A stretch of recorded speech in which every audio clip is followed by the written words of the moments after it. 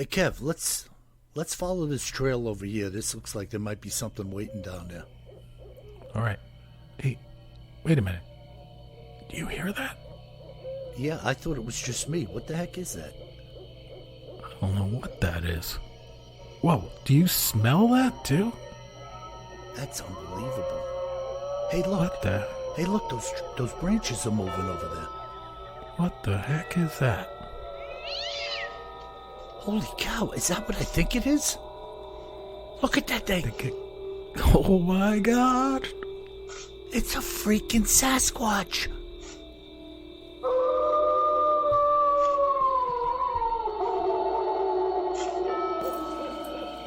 Welcome to the Bigfoot Terror in the Woods Sightings and Encounters podcast. I am your host, W.J. Sheehan, author of the series of books, Bigfoot Terror in the Woods, Sightings and Encounters. 12 volumes available in paperback, ebook, and audio format. And the latest regional selection, the Northeast book, is available in paperback, ebook, and audiobook. And the Southeast book currently is still paperback and ebook, soon to be audiobook, and I'm working on the others. So please go out, buy a copy, and leave a good review, not like the schmuck who left me a 3. And now, may I introduce you to my brother and co-host, KJ Sheehan. Kev, how are you? Hey, don't pull any punches with those guys that give you bad reviews. I don't care. You want to see punches? I'm going to hit them like freaking Popeye on speed. Well, as you can tell, I sound a little bit like Rudolph with the mud covering his glowing nose today. Yes, it is. I don't want to wear this. I got another head and chest cold that I caught courtesy of American Airlines. Great. Yeah. But I'm doing okay. I'll fight through it. Maybe they're working through the pharmaceutical community and get a kickback for everybody that gets sick. Could be. I don't know. But I'm doing all right. But folks, I'm sorry if I sound like I have a different microphone or something like that. It's just my chest cold and head cold and everything else. And I'll try to hit the mute button before I start sneezing and coughing and wheezing and everything else. I'll try. That's the commitment I can make. No guarantees. We don't get any sick days here on the podcast, you know. It's a low budget operation. No we don't sick even get time. any vacation days. I mean, come on. Vacation, we only work one day a week. Well, yeah, but we got to fit it in with everything else. If I'm working one day a week, I want 2 sick days a month and 3 vacation days a month. And I'd like the whole summer off. Yes. Granted. Okay, that was easy. Now all you got to do is find a guy that's going to give it to you because it ain't me. 100%. Oh, my God. So what do we got today, Kevin? Our Cryptids in the News and Other Oddities segment. Yeah, I came across this site, Bill, as I was exploring things to talk about. And it's a site from Pennsylvania, the great state of Pennsylvania, that has a whole bunch of archived accounts listed on the website. So I'm going to go through a small handful of some short accounts all around the state of Pennsylvania. Interesting, huh? How does that sound? Sounds good. Any age to these or no? Yeah. They're. I'll give you the dates of each one of them. So okay. They're not ancient, but they do go back a ways. Okay. Okay. Yeah. So the first one we're going to talk about in not any order of importance or anything. I think they're chronologically in order. Is November 11th, 2011, outside of Westover, Pennsylvania, on State Route 36. And the account comes from a truck driver that was driving down Highway 36 to get to Jonestown, Pennsylvania. As he rounded a bend in the road, to his surprise, he saw a creature standing in the road and walking across to the other side. Wow. Yeah. He says he came close to hitting the creature. It did not seem to be frightened, but just kept walking across the road. Wow. The driver said that he knew it wasn't a bear and at first thought it was a person in costume. The more he thought about it, the more he felt it was the real thing. Mm-hmm. The driver described the creature as approximately 6 feet tall, weighing approximately 200 pounds, covered in long light brown hair from head to toe, except for the face, which appeared to be whitish. Wow. So isn't that interesting? And by the way, like, what nut job would be walking in a costume crossing the street in front of a truck at night in the mountains of Pennsylvania? Right? No. And Kev, not a very monstrous description. No. I mean, he's not over embellishing what he saw. 6 foot tall, 200. I mean, I'm 200 and like 5'11". I was going to say he's a little smaller than me. Yep, just out in the road, it's just foolishness to think that you or I would be wandering, standing in the middle of the street in a furry costume. Yeah, this doesn't make sense. Yeah, but no, I agree. Again, the guy's not trying to over embellish. 9 feet tall, 1,200 pounds. He's like, hey, it's about 6 foot tall and 200 in my estimation. Well, you never know. Maybe in Pennsylvania they grow them a little smaller too. Yeah, it could have been Junior. Could have been Junior. Could have been. Out for He's a little like, hey, come on, man. I'm a big guy. Yeah. I'm tough. I don't want to wear this thing on my nose anymore. It reminded me when you were talking about it of that account with Wilfredo and Helena Gomez where they were coming up the road. You remember that? It was nighttime and they started to pick up debris in the road in their headlights and saw the truck up ahead with the flashes on. Yep. And that guy in the truck, he told Wilfredo, I saw a Bigfoot. I crashed into a Bigfoot that was chasing a deer across the road. Yep.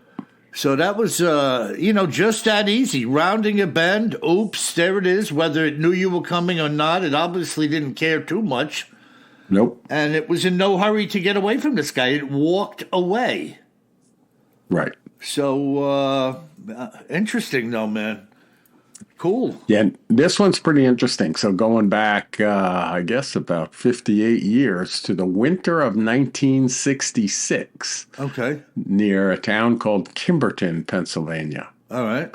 And the account goes that 3 children were riding toboggans on a steep farm hill. Okay. And it was getting toward dusk when they saw a creature watching them from the edge of the field at the tree line. Huh.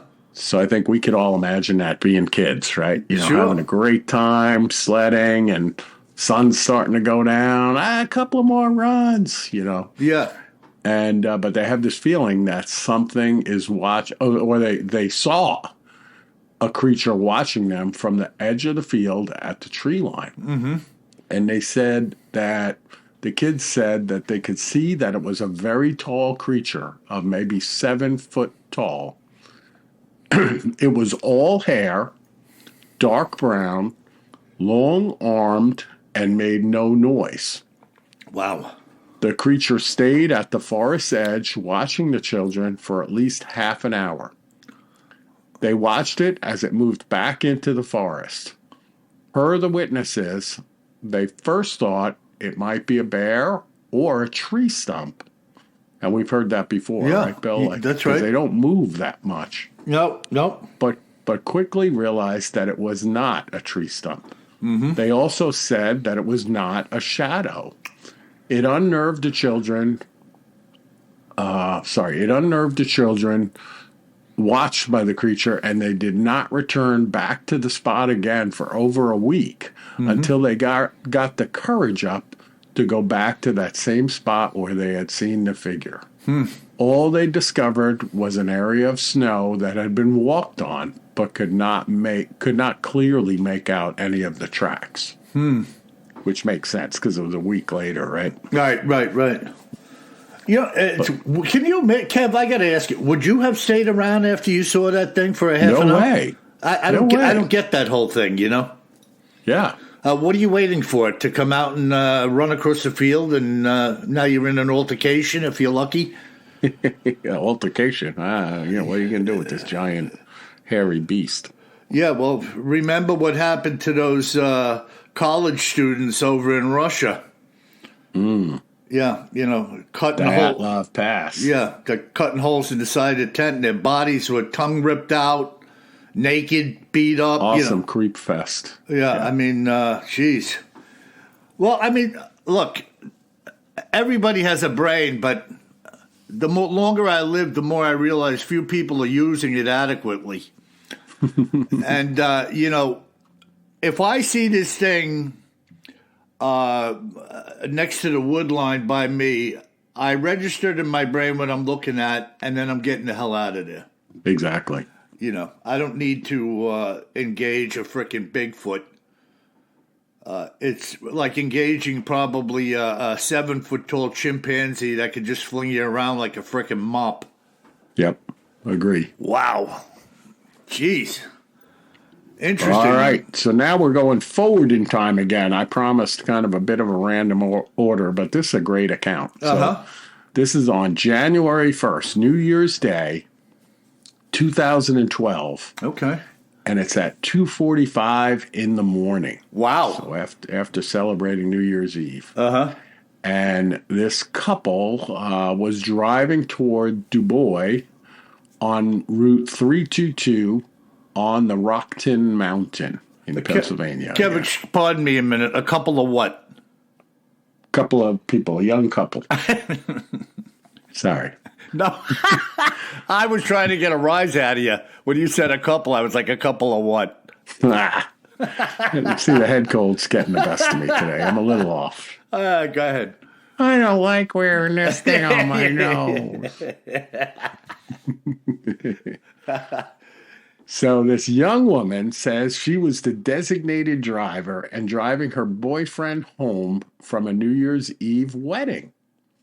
And they were driving across Rockton Mountain on 322 toward Du Bois. I don't know how they pronounce it. And they saw a black object along the right side of the road on the berm. So the shoulder next to the road. Yeah. At first, she thought it was a bush, but then it moved. As she got closer, she thought it may be a man in black clothing until she was just about to pass it, and my headlights really lit it up.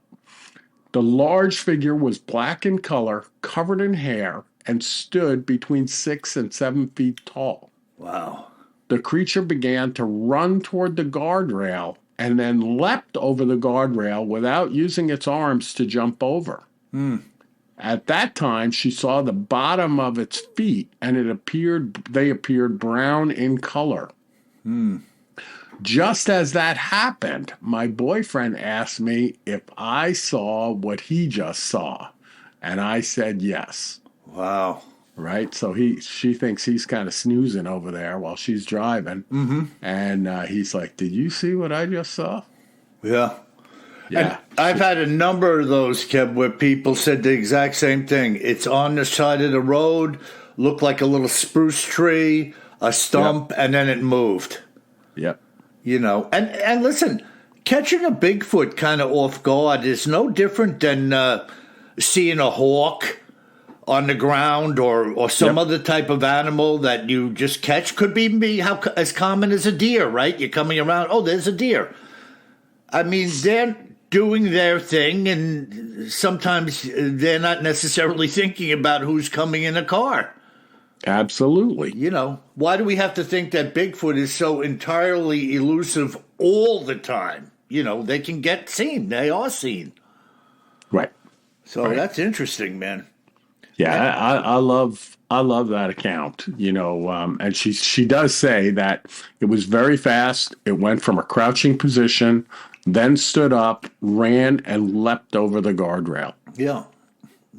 And by the way, I'm not joking here. You're going to think I'm kidding, but I keep seeing these spruce trees, especially when they're kind of above the tree line when I'm out near the mountains. but I haven't seen him move yet. But I do look at him and I'm thinking like, man, that could be, and I'm watching and watching. Yeah. But I haven't seen any of them move yet. Well, I told you, Dave, if you're out there, love you, bro. When Dave told me about the first Bigfoot encounter he had out in Oregon, I told you Dave is a logger, hardcore logger, and his position is really driving the truck, trailering wood out. And he was coming back empty, as I recall, and he pulled off what they call a spur to kind of get off the main road, because the guys moving in trucks have the right of way and they communicate by CB. But he pulled off this spur to take care of business, shall we say. And he went down into this little tiny ravine. You know, I picture him going down a little hill 10 feet to take care, out of sight, you know. And he was in there and had just got going. And my recollection is there was like a beam of sunlight starting to come down like through the canopy, illuminating this stump. And all of a sudden the stump stands up and walks away. Oh. So it's the same old thing, though. You know, you're not expecting to see such a thing. No. And the coloration, I don't care if it's brown, black, silvery gray, you know, whatever it is, it has a tendency to blend in the woods. And like I say, if something is squatting or standing still, you're not expecting Bigfoot. You know, it's a stump, no, it's 100%. a broken tree, you know. And so it's no shock to me, and it would probably catch me as well, you know, Kev? Yeah, no doubt about it. Absolutely. But interesting, very interesting. Well, all right, and our last one I'm going to go through, Bill, comes July 20th, 2009, in Cibola, Pennsylvania, in the early evening. Mm-hmm. And this is from a woman living north of Cibola in a rural wooded area. She sighted what she first thought was a large bear standing on two legs, watching her from the woods. Okay. As she stood on the deck of her house in the early evening hours. Mm-hmm. So after a few minutes of watching what she thought was a bear, she realized the bear was not a bear, but a tall, dark-colored creature covered in hair. Yeah, there you go. Yeah, and get this. The woman also claimed that for several days prior to her sighting, in the early morning hours, she felt like she was being watched by something in the woods. Absolutely. Because you were being watched by something in the woods. That's right. That's right. That's that sixth sense built into you to pay attention. 100%. Yeah. Wow. You know, and Kev, it doesn't take much to activate that sense of being watched. You can have a little coyote standing in the bushes by you down there, and he's just kind of peering at you. Your body will pick up on that if you pay attention to it. Oh, 100%. And it has picked up on that, you know? Yeah, it doesn't. When I'm out at the coast, which is Coyote Central lately, I'll feel like I'll be getting out of my truck at night. I'll feel like something's looking at me, and I'll look over my shoulder, and there's a coyote standing there in the driveway. Yeah, there you go. And I mean, it's just that easy. All we need to do is pay attention to it and confirm it if you can. You're not always going to see what's looking at you, but many times you will be able to. All right. Cool, man. So those are the accounts that I'm covering this week in cryptids in the news and other oddities. Excellent, excellent. And I have a double-header here today, Kev. I've got a couple of short... A double-headed Bigfoot? No, a double-header to share. Oh, man, I was ready for the double-headed Bigfoot. Can you imagine? Oh. Now, I have to tell you going in, this was interesting to me in particular because I saw what this guy is going to talk about, and you'll hear what he did about it. And by the way, Kev, I think that let me save it for the end. Let me read it, and then we'll talk about who this fellow is. So this interesting evidential find was reported to me by a fellow named Sid Craig, a resident of Ohio. And this is what Sid had to report. And he said, as you have stated on your podcast many times, Bill, if you see something, say something. In this case, it is what I heard after having seen something that I am reporting on. Please allow me to explain. I was watching a television show in which a team had entered Tar Hollow in search of Bigfoot activity. The team, having hiked from north to south through the hollow, had set several sound recorders at various intervals in the hope of recording a howl.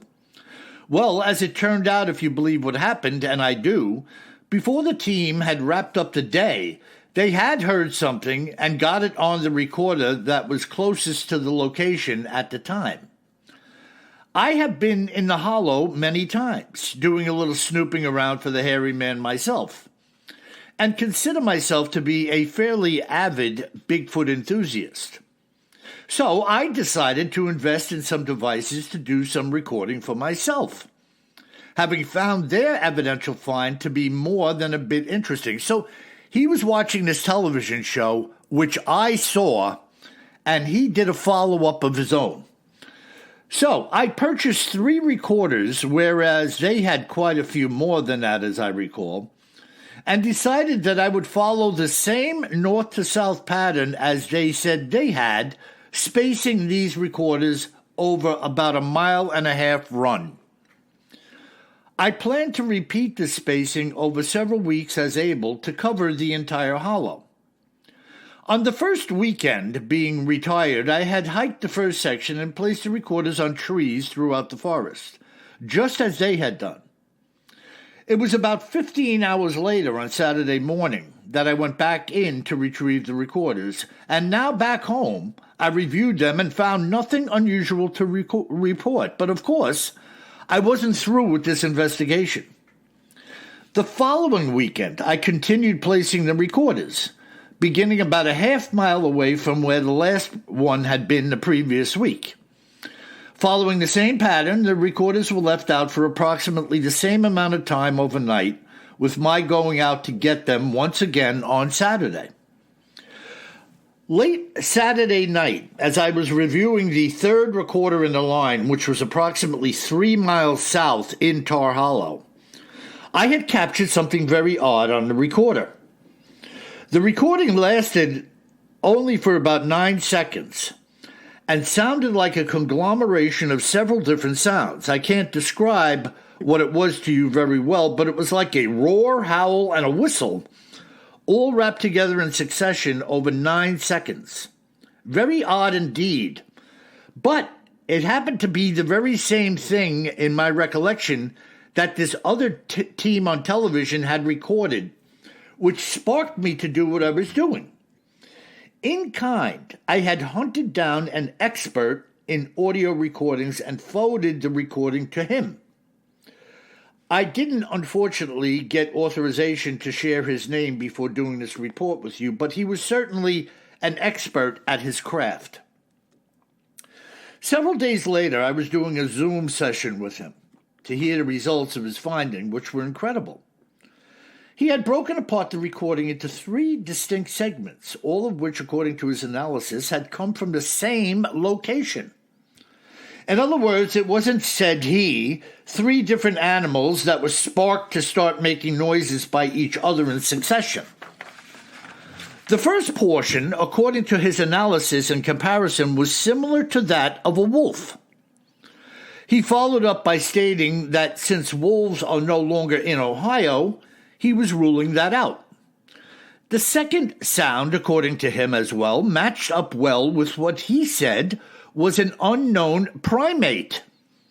And there are no known or unknown primates in Ohio either.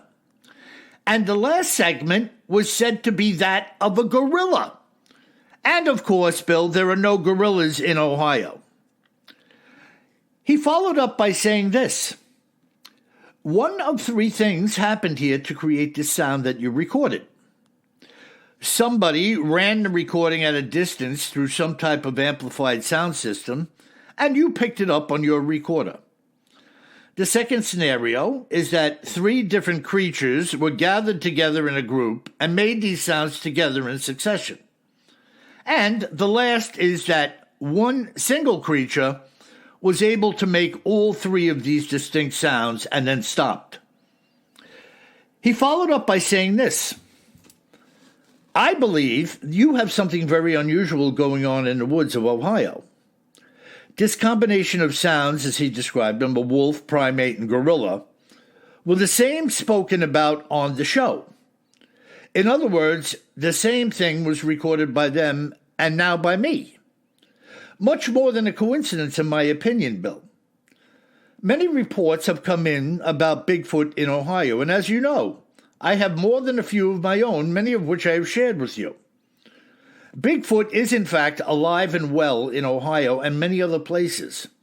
And as for myself, I will continue the hunt and the recordings as able. Thanks for all you are doing, Bill, with your books and your podcast.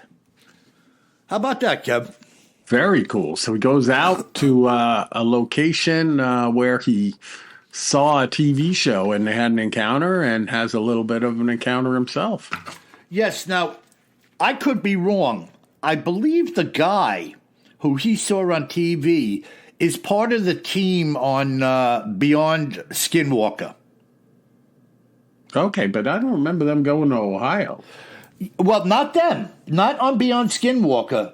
The one guy was acting individually, doing another show that I caught a couple of episodes of years back. And I think it was him, and they were in this Tar Hollow place. Oh, okay. I misunderstood. Right. He was investigating, like, strange things with a camera crew. Yeah. Yeah. And I'm pretty sure he was looking for evidence of Bigfoot in Ohio.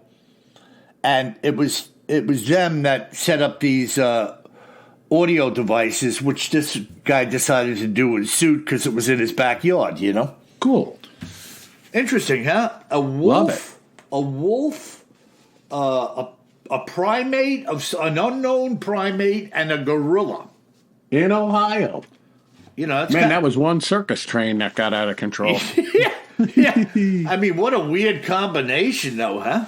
Yeah. No saber-toothed tiger? No. They heard another scream that they believe was W.J. Sheehan from recordings on his podcast. Ah, yes.